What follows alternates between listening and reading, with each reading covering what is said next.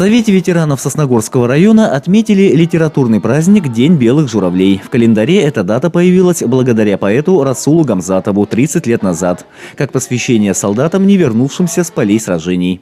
Журавль – это символ мира, чистоты, веры, надежды. Остается символом этого праздника, и очень хочется пожелать, чтобы в наш сегодняшний век никогда не повторялись войны, и нашим детям и внукам никогда бы не пришлось участвовать в этих войнах, а нам оплакивать. Поэтому желаю вам всем доброго здоровья и всем нам мира на этой красивой, великой планете Земля. В день литературного праздника в Совете ветеранов пели песни и читали стихи, посвященные Великой Отечественной войне. Перед участниками боевых действий и тружениками тыла выступил Сосногорский хор ветеранов под руководством Станислава Пахтушкина. Мне кажется порою, что солдаты скромных не пришедшие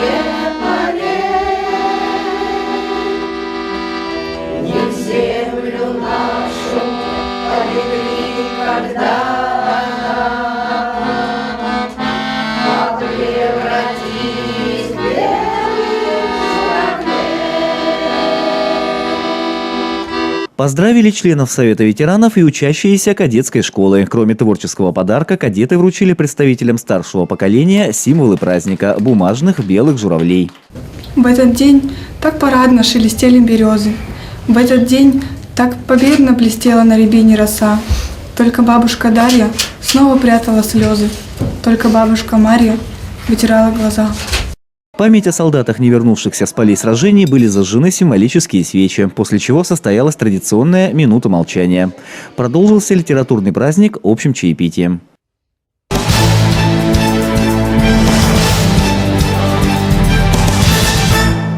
В Сосногорске начался набор волонтеров Победы. Примкнуть к общероссийскому движению может любой желающий, вне зависимости от возраста. Главное, что требуется от добровольца, это желание бескорыстно помогать окружающим. Волонтерство – это возможность, отличная возможность реализовать себя, быть сопричастным к каким-то позитивным изменениям. Ведь мы все прекрасно знаем, что изменения начинаются с самого себя.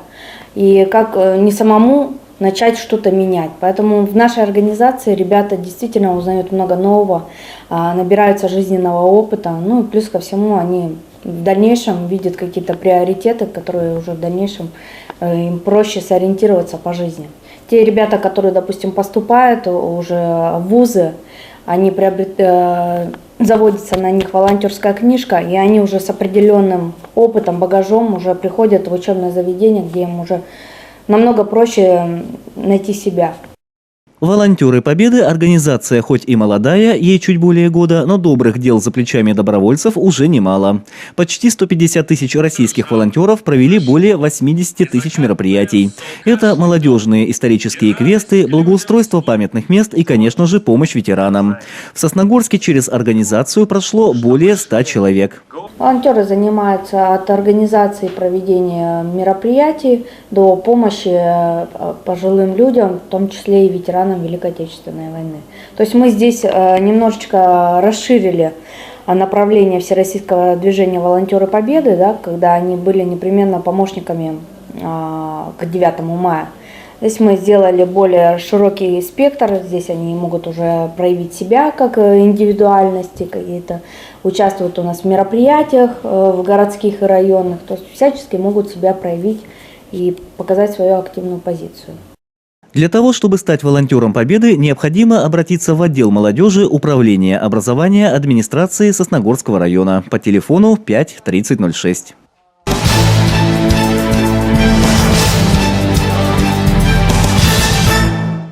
Родителям учащихся 9 классов сосногорских школ рассказали об особенностях проведения государственной итоговой аттестации в 2017 году.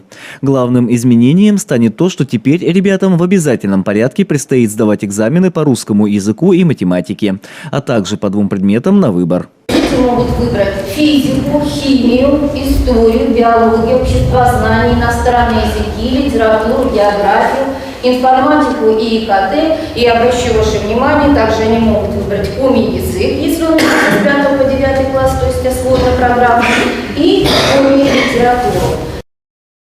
Для получения аттестата необходимо иметь положительные результаты по 4 учебным предметам. В случае получения неудовлетворительных результатов можно будет пересдать экзамен не более чем по 2 учебным предметам в резервные дни основного периода. Обучающиеся, не прошедшие государственную итоговую аттестацию или получившие неудовлетворительные результаты более чем по 2 предметам или повторно не сдавшие один из экзаменов в резервные дни основного периода, смогут пересдать экзамены не ранее 1 сентября 2017 года.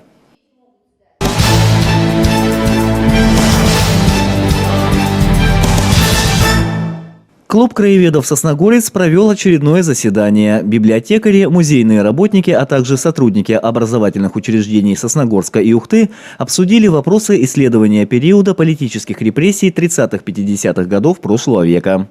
Краеведы рассмотрели проблематику изучения материала по данной теме, а также озвучили наиболее интересные издания, на страницах которых рассматривается история нашей страны. О масштабах репрессий 30-40-х годов в обществе называются самые различные цифры, но исследователи приходят к мнению, что и обоснованным, это как раз мнение Земского, основанное на лагерной статистике, что в 2-й половине 30-х годов через систему, вообще период 30-40-х годов, начало 50-х годов, да, через ЭТЛ прошло где-то около 2,5-3 миллионов человек. По оценкам террора второй половины 30-х годов, да, пик 36-й, 37-й, 38-й годы, оцениваются где-то расстрелянных, которые погибших, это где-то около 600 тысяч. Истории русского севера посвящена и выставка председателя краеведческого клуба Льва Тарасова «Русь моя православная». За 30 лет поисковых работ исследователю удалось собрать уникальный материал о миссионерской деятельности христиан на северо-западе России. Данная работа была удостоена серебряной медали на выставке Международной славянской академии. Знание корней православной церкви и увязать историю православной церкви с историей государственности, это обязательно, ведь поскольку Русь-то создавалась как православное государство, вот такая цель у нас и состояла. Для того, чтобы подготовить материал, вот за 30 лет поисковых работ, с ребятами нам пришлось пройти более 16 тысяч километров. Это древними водно-волоковыми дорогами. Пересекать с одного русла на другое, по болотам добираться. И в конце концов, как раз по музейным данным, по воспоминаниям старожилов, по легендам, удалось именно воссоздать тот уникальный вклад, который внесли православные миссионеры, которые уходили в дикие края, уходили в места абсолютно для них незнакомые, создавали скиты, которые впоследствии перерастали в церкви, монастыри, став действительно центрами духовности русского севера. В завершении заседания члены клуба краеведов обозначили тему следующей встречи, а также обсудили планы работы на 2017 год.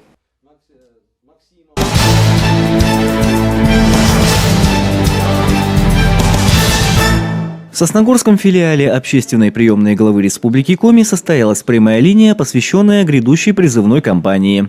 Как отметил начальник отдела военного комиссариата Республики Коми по Сосногорску и Сосногорскому району Юрий Мусинов, с 1 ноября в ряды вооруженных сил планируется призвать 95 жителей муниципалитета. Нашим призывникам предстоит проходить службу в частях Северного флота, на надводных кораблях, соединениях сухопутных войск, морской пехоты, береговых войск флота, в морской авиации, в частях материально-технического обеспечения флота. Традиционно наши призывники отправятся и в Западный военный округ. Они будут служить в сухопутных войсках, в частях воздушно-космических сил. Кто-то начнет свою службу с подготовки в учебных воинских частях.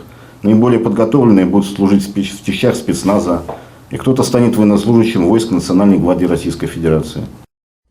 Поступали вопросы и об ответственности за уклонение от прохождения воинской службы. На мой взгляд, уклоняться от призыва нет никакой необходимости, нет никакой нужды. На мой взгляд, лучше сходить в армию, отслужить порядочно, чем получить какую-то судимость, получить какое-то уголовное наказание за уклонение от призыва на военную службу. Предусматривает наказание статья 328 Уголовного кодекса Российской Федерации, наказание до 5 лет лишения свободы.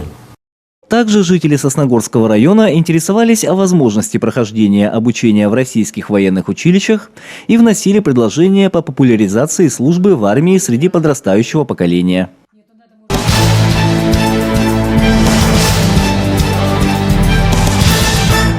24 октября с 12 до 13:00 в Сосногорском филиале Республиканской общественной приемной главы Республики Коми состоится прямая линия на тему «Организация досуга для граждан пожилого возраста в муниципальном районе Сосногорск».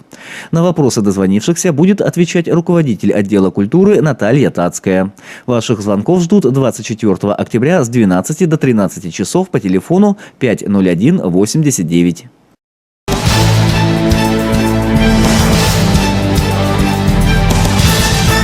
В Сосногорске проходит первенство Республики Коми по мини-футболу среди юношей 2006-2007 годов рождения. За звание чемпиона региона борются 15 команд, которые представляют 10 муниципалитетов республики, в том числе и Сосногорск. Да, у нас проходит первенство Республики Коми. Для детей именно этого возраста это первое официальное соревнование. То есть до этого они играют только турниры. Вот, это уже у них соревнования, которые идут в зачет, то есть они там могут получить разряды, вот, звания и тому подобное. Вот, поэтому турнир достаточно важный, к тому же он первый, как я уже говорил. Вот, поэтому и кворум участников такой достаточно представительный. Игры проходят в универсальном спортивном комплексе «Метеор». Финальные встречи состоятся в воскресенье 23 октября.